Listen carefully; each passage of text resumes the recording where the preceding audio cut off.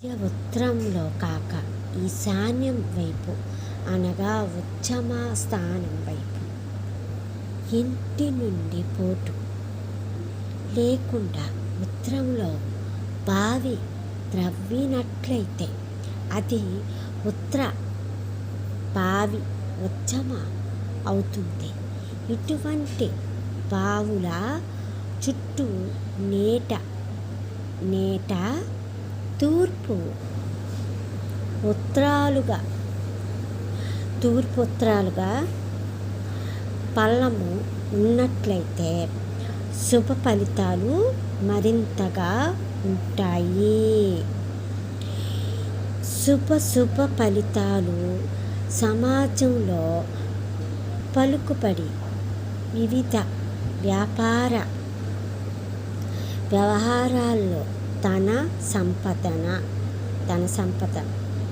సంపదన ఉంటుందన్నమాట.